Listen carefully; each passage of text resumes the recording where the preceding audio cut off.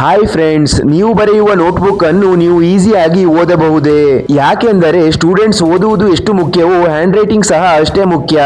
ಅಂದವಾಗಿ ಬರೆದರೆ ಎಲ್ಲರ ಅಟೆನ್ಷನ್ ಸಹ ಅಟ್ರಾಕ್ಟ್ ಮಾಡಬಹುದು. ಆದರೆ ಪ್ರತಿಯೊಬ್ಬರ ಹ್ಯಾಂಡ್ ರೈಟಿಂಗ್ ಸ್ಟೈಲ್ ಸಹ ಡಿಫರೆಂಟ್ ಆಗಿರುತ್ತದೆ. ಕೆಲವರ ಹ್ಯಾಂಡ್ ರೈಟಿಂಗ್ ತುಂಬಾ ಚೆನ್ನಾಗಿರುತ್ತದೆ, ಇನ್ನು ಕೆಲವರ ಹ್ಯಾಂಡ್ ರೈಟಿಂಗ್ ಅತ್ಯಂತ ಕೆಟ್ಟದಾಗಿರುತ್ತದೆ.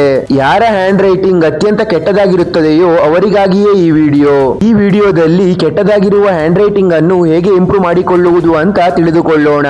ಈ ವಿಡಿಯೋದಲ್ಲಿ ತಿಳಿದುಕೊಳ್ಳುವ ಟೆಕ್ನಿಕ್ ಅನ್ನು ಫಾಲೋ ಮಾಡಿದರೆ 100% ನೀವು ಮುಂಚೆಗಿಂತ ಚೆನ್ನಾಗಿ ಬರೆಯುತ್ತೀರಾ. ಇದು ನನ್ನ ಗ್ಯಾರಂಟಿ. ಹಾಗೆ ಪ್ರಪಂಚದಲ್ಲೇ ಬೆಸ್ಟ್ ಹ್ಯಾಂಡ್ ರೈಟಿಂಗ್ ಯಾರದು ಅಂತ ಸಹ ಈ ವಿಡಿಯೋದಲ್ಲಿ ತಿಳಿದುಕೊಳ್ಳೋಣ. ಹ್ಯಾಂಡ್ ರೈಟಿಂಗ್ ಮೇನ್ ಆಗಿ ನಮ್ಮ ಮೂಡ್ ಮೇಲೆ ಡಿಪೆಂಡ್ ಆಗಿರುತ್ತದೆ. ನಮ್ಮ ಮೂಡ್ ಚೆನ್ನಾಗಿದ್ದರೆ ನಾವು ಚೆನ್ನಾಗಿ ಬರೆಯುತ್ತೇವೆ. ಅದೇ ನಮ್ಮ ಮೂಡ್ ಸರಿ ಇಲ್ಲ ಅಂದರೆ ನಾವು ಚೆನ್ನಾಗಿ ಬರೆಯುವುದಿಲ್ಲ. ಆದರೆ ಕೆಲವು ಚೇಂಜಸ್ ಮಾಡಿದರೆ ನಮ್ಮ ಮೂಡ್ ಹೇಗಿದ್ದರೂ ಸರಿ ನಾವು ಹ್ಯಾಂಡ್ ರೈಟಿಂಗ್ ಅನ್ನು ಚೆನ್ನಾಗಿ ಬರೆಯಬಹುದು. Number 1, learn to write all letters perfectly. ಕೆಲವರಿಗೆ ಕೆಲವು ಲೆಟರ್ಸ್ ಗಳನ್ನು ಸರಿಯಾಗಿ ಬರೆಯಲು ಬರುವುದಿಲ್ಲ. ಆ ಲೆಟರ್ಸ್ ಇಂದ ಕಂಪ್ಲೀಟ್ ಹ್ಯಾಂಡ್ ರೈಟಿಂಗ್ ಬ್ಯಾಡ್ ಆಗಿ ಕಾಣುತ್ತದೆ. ನಿಮಗೂ ಸಹ ಈ ರೀತಿ ಪ್ರಾಬ್ಲಮ್ ಇದ್ದರೆ, ನಿಮಗೆ ಯಾವ ಲೆಟರ್ಸ್ ಕರೆಕ್ಟ್ ಆಗಿ ಬರೆಯಲು ಬರುವುದಿಲ್ಲವೋ ಆ ಲೆಟರ್ಸ್ ಪರ್ಫೆಕ್ಟ್ ಆಗಿ ಬರೆಯಲು ಬರುವವರೆಗೂ ಪ್ರಾಕ್ಟೀಸ್ ಮಾಡಬೇಕು.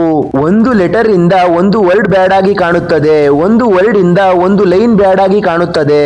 ಹಾಗೆ ಒಂದು ಲೈನ್ ಬ್ಯಾಡ್ ಆಗಿ ಇದ್ದರೆ ಒಂದು ಪ್ಯಾರಾ ಬ್ಯಾಡ್ ಆಗಿ ಕಾಣುವಂತೆ ಮಾಡುತ್ತದೆ. ಅದೇ ಒಂದು ಪ್ಯಾರಾ ಕಂಪ್ಲೀಟ್ ಪೇಜ್ ಅನ್ನೇ ಬ್ಯಾಡ್ ಆಗಿ ಕಾಣುವಂತೆ ಮಾಡುತ್ತದೆ. ಹಾಗಾಗಿ ಅಷ್ಟು ಲೆಟರ್ಸ್ ನ ಪರ್ಫೆಕ್ಟ್ ಆಗಿ ಬರೆಯುವುದನ್ನು ಅಭ್ಯಾಸ ಮಾಡಿಕೊಳ್ಳಿ. Number 2, space between words. ಪ್ರತಿ ಲೆಟರ್ ಮಧ್ಯ ಸ್ವಲ್ಪ ಸ್ಪೇಸ್ ಬಿಡಬೇಕು. ಹಾಗೆ ಜಾಸ್ತಿ ಸ್ಪೇಸ್ ಸಹ ಬಿಡಬಾರದು. ಲೆಟರ್ಸ್ ಮಧ್ಯೆ ಸ್ಪೇಸ್ ಬಿಡುತ್ತಾ ವರ್ಡ್ ಗಳ ಮಧ್ಯೆ ಸ್ವಲ್ಪ ಜಾಸ್ತಿ ಸ್ಪೇಸ್ ಬಿಡಬೇಕು. ಇದರಿಂದ 100% ನಿಮ್ಮ ಹ್ಯಾಂಡ್ ರೈಟಿಂಗ್ ಓದುವವರಿಗೆ ಕ್ಲಿಯರ್ ಆಗಿ ಅರ್ಥವಾಗುತ್ತದೆ.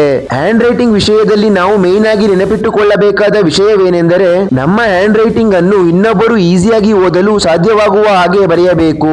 ನಮ್ಮ ಹ್ಯಾಂಡ್ ರೈಟಿಂಗ್ ಎಷ್ಟು ಅಂದವಾಗಿ ಕಾಣುತ್ತದೆ ಅನ್ನುವುದು ಸೆಕೆಂಡರಿ. ಮೊದಲು ನಮ್ಮ ಹ್ಯಾಂಡ್ ರೈಟಿಂಗ್ ಓದಲು ಅರ್ಥವಾಗುತ್ತದೆಯೇ ಅನ್ನುವುದು ಇಂಪಾರ್ಟೆಂಟ್. ಹಾಗಾಗಿ ಪ್ರತಿ ಲೆಟರ್ ಮಧ್ಯೆ ಸ್ವಲ್ಪ ಸ್ಪೇಸ್ ಬಿಡುತ್ತಾ ವರ್ಡ್ಸ್ ಮಧ್ಯೆ ಸ್ವಲ್ಪ ಜಾಸ್ತಿ ಸ್ಪೇಸ್ ಬಿಡುತ್ತಾ ಬರೆಯಿರಿ. Number 3, practice writing all letters in equal line. ತುಂಬಾ ಜನ ಸ್ಟೂಡೆಂಟ್ಸ್ ವರ್ಡ್ಸ್ ಗಳನ್ನು ಕರೆಕ್ಟ್ ಆಗಿ ಬರೆಯುವುದಿಲ್ಲ.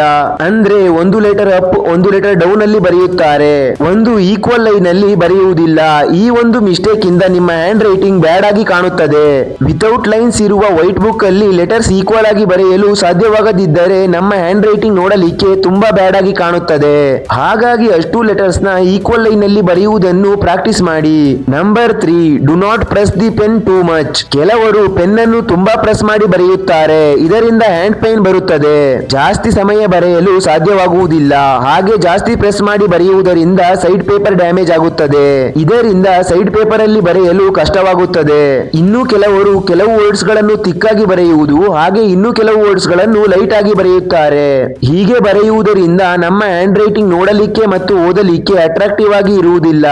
ಹಾಗಾಗಿ ಪೆನ್ ಅನ್ನು ಹೆಚ್ಚು ಪ್ರೆಸ್ ಮಾಡಿ ಬರೆಯದೆ ನಾರ್ಮಲ್ ಥಿಕ್ನೆಸ್ ಅಲ್ಲಿ ಬರೆಯುವುದರಿಂದ ನೋಡಲಿಕ್ಕೆ ಮತ್ತು ಓದಲಿಕ್ಕೆ ಪರ್ಫೆಕ್ಟ್ ಆಗಿ ಇರುತ್ತದೆ. ಹಾಗೆ ಹ್ಯಾಂಡ್ ಪೈನ್ ಸಹ ಬರುವುದಿಲ್ಲ.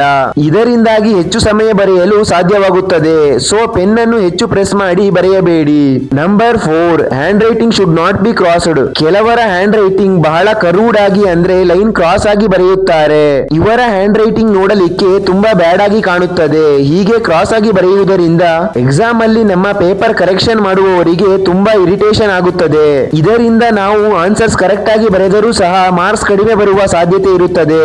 ಹೀಗೆ ಕ್ರಾಸ್ ಆಗಿ ಬರೆಯಲು ಮೇನ್ ರೀಸನ್, ನೀವು ಬರೆಯುವ ನೋಟ್ಬುಕ್ ಅನ್ನು ಕ್ರಾಸ್ ಆಗಿ ಇಟ್ಟುಕೊಂಡು ಬರೆಯುತ್ತೀರಾ. ನೀವು ನಿಮ್ಮ ನೋಟ್ಬುಕ್ ಅನ್ನು ಸ್ಟ್ರೈಟ್ ಆಗಿ ಇಟ್ಟುಕೊಂಡು ಬರೆಯಿರಿ. ಆಗ ನೀವು 100% ಸ್ಟ್ರೈಟ್ ಆಗಿ ಬರೆಯುತ್ತೀರಾ.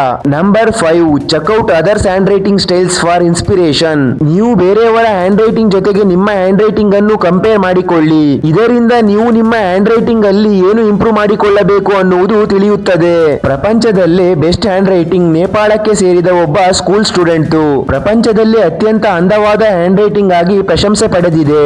ಆ ಸ್ಟೂಡೆಂಟ್ ನೇಮ್ ಪ್ರಕೃತಿ ಮಲ್ಲ. ಇವರು ಪೇಪರ್ ಮೇಲೆ ಬರೆದರೆ ಕಂಪ್ಯೂಟರ್ ಅಲ್ಲಿ ಟೈಪ್ ಮಾಡಿದ ಹಾಗೆ ಕಾಣುತ್ತದೆ. ಇವರ ಹ್ಯಾಂಡ್ ರೈಟಿಂಗ್ ನೋಡಿ ಎಕ್ಸ್ಪರ್ಟ್ಸ್ ಸಹ ಆಶ್ಚರ್ಯಪಟ್ಟಿದ್ದಾರೆ. ಇವರ ಹ್ಯಾಂಡ್ ರೈಟಿಂಗ್ ಅಲ್ಲಿ ಪ್ರತಿ ಲೆಟರ್ ಮತ್ತು ವರ್ಡ್ಸ್ ಮಧ್ಯೆ ಗ್ಯಾಪ್ ಸಮನಾಗಿದೆ ಎಂದು ಎಕ್ಸ್ಪರ್ಟ್ಸ್ ಅಭಿಪ್ರಾಯಪಟ್ಟಿದ್ದಾರೆ. ಪ್ರಕೃತಿ ಮಲ್ಲ ಹ್ಯಾಂಡ್ ರೈಟಿಂಗ್ ಅನ್ನು ನೇಪಾಲ್ ಗವರ್ಮೆಂಟ್ ಗಮನಿಸಿ ಅವಾರ್ಡ್ ಸಹ ನೀಡಿದೆ. Number 6, you should reduce your writing speed. Handwriting ಅನ್ನು ಇಂಪ್ರೂವ್ ಮಾಡಿಕೊಳ್ಳುವುದರಲ್ಲಿ ಇನ್ನೊಂದು ಮೇನ್ ಪಾಯಿಂಟ್ ಏನು ಅಂದರೆ, ನೀವು ಬರೆಯುವ ಸ್ಪೀಡ್ ಅನ್ನು ಸ್ವಲ್ಪ ಕಡಿಮೆ ಮಾಡಿ. ಸಪೋಸ್ ನೀವು 10 ನಿಮಿಷದಲ್ಲಿ 2 ಪೇಜ್ ಪೇಜ್ ಬರೆಯುತ್ತಿದ್ದರೆ ಅದನ್ನು 1.5 ಪೇಜ್ಗೆ ಕಡಿಮೆ ಮಾಡಿ. ಸ್ಲೋ ಆಗಿ ಬರೆಯುವುದರಿಂದ ಹ್ಯಾಂಡ್ ರೈಟಿಂಗ್ ಇಂಪ್ರೂವ್ ಆಗುತ್ತದೆ. ಹ್ಯಾಂಡ್ ರೈಟಿಂಗ್ ಇಂಪ್ರೂವ್ ಆದ ನಂತರ ಬರೆಯುವ ಸ್ಪೀಡ್ ಅನ್ನು ಇನ್ಕ್ರೀಸ್ ಮಾಡಿ. ಸ್ಪೀಡ್ ಆಗಿ ಬರೆಯುವುದು ಎಕ್ಸಾಮ್ ಅಲ್ಲಿ ತುಂಬಾ ಇಂಪಾರ್ಟೆಂಟ್, ಯಾಕೆಂದರೆ ನಿಮಗೆ ಕಡಿಮೆ ಸಮಯ ಇರುತ್ತದೆ. Number 7, practice regularly.